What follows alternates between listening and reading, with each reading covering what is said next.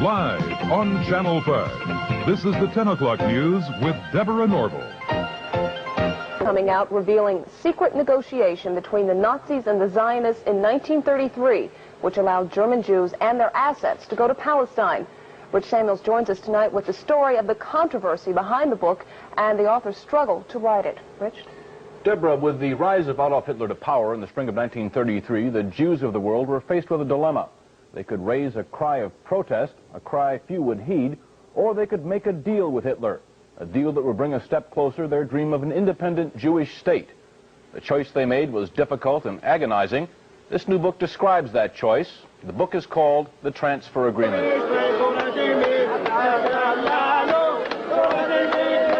This is Israel a few days ago, the season of Passover.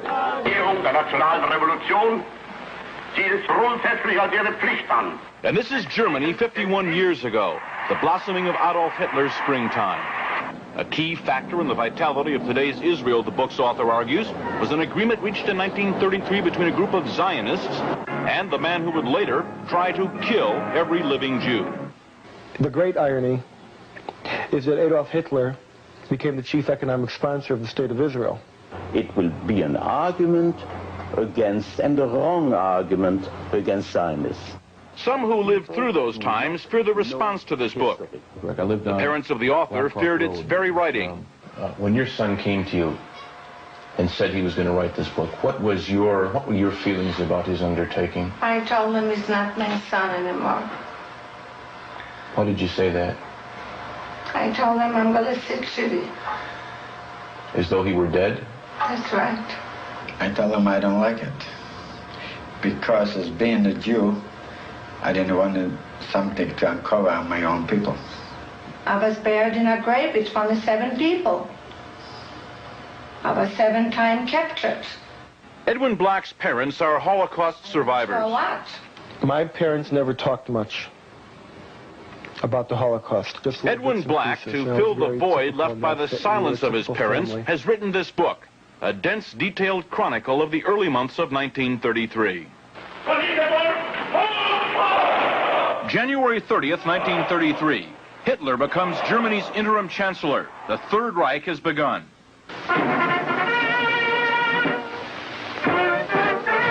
But in this country, on March 4th, attention is diverted by the inauguration of Franklin Delano Roosevelt.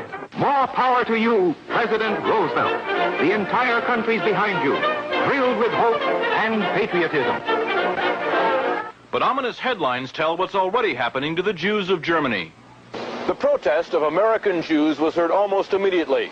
It was based on only the sparsest of press reports, and nowhere was that protest more vocal than here in New York City. All creeds, local and national organizations, and labor parties are joined in this gigantic demonstration passing through famous Washington Arch. Rabbi Stephen S. Wise, honorary president of the American Jewish Congress, leads the procession down Fifth Avenue on foot. Father arranged for the first great mass meeting at Madison Square Garden to protest Hitlerism.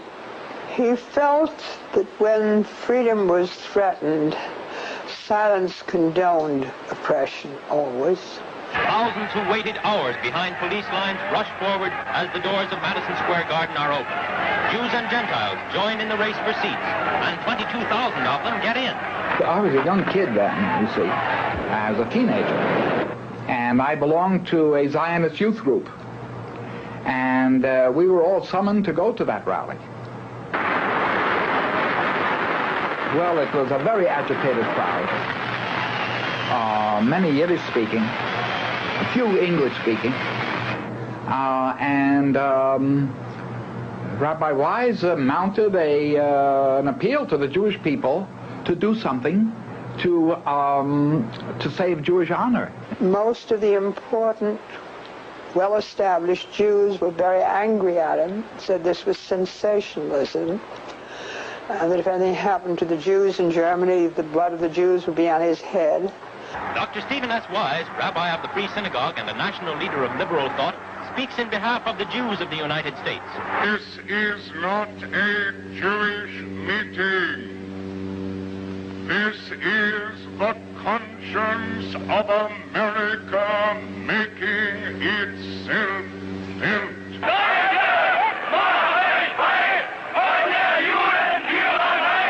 The conscience of Nazi Germany made itself felt 5 days later. Across the Reich, Hitler's troops shut down Jewish-owned businesses for 24 hours.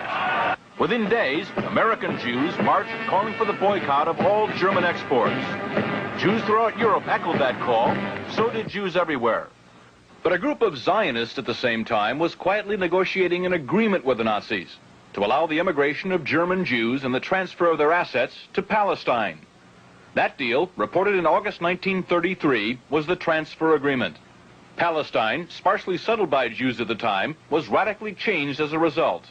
I lived in Palestine from 1933 to 1936, and we saw every week transports of German Jews coming to settle in Palestine. And many new professions were introduced by them into the country, and they played a leading role in making Palestine then a more advanced and progressive country. Israel is really what it is because of the foundation laid by the Eastern European group, and then the lift toward an educated and well-organized government that came with the immigration of the German Jewish group. German Jewish settlement of Palestine was, for a time, official Nazi policy. These photos of Jewish life in Palestine, along with a lengthy text, appeared in 1934 in the Berlin paper Der Angriff. The publisher, Hitler's propaganda minister, Joseph Goebbels. A Nazi Visits Palestine was the title of the multi-part series. A medal was struck by Goebbels in commemoration. On one side, the swastika. On the other, the Star of David.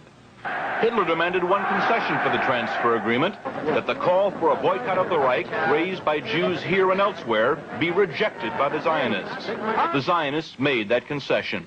And so, while Nazis were marching in Germany,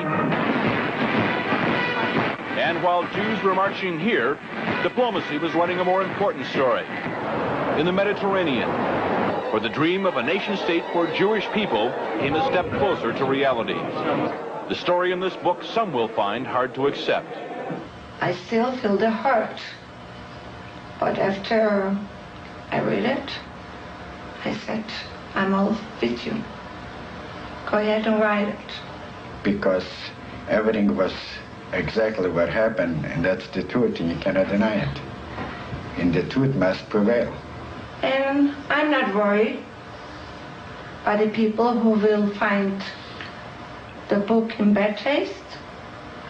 The smart people, the intelligent people, the people who went through will understand. The author is torn between two profound feelings. That he has to be for a Jewish state, and that the silence which his parents have kept, well, he has to retaliate against that silence, and he takes it out on others. It was a quest. It took me around the world. Financially, it depleted me. Emotionally, it drained me.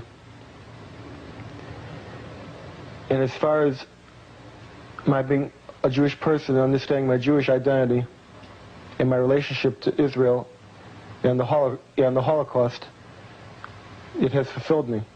It has given me identity.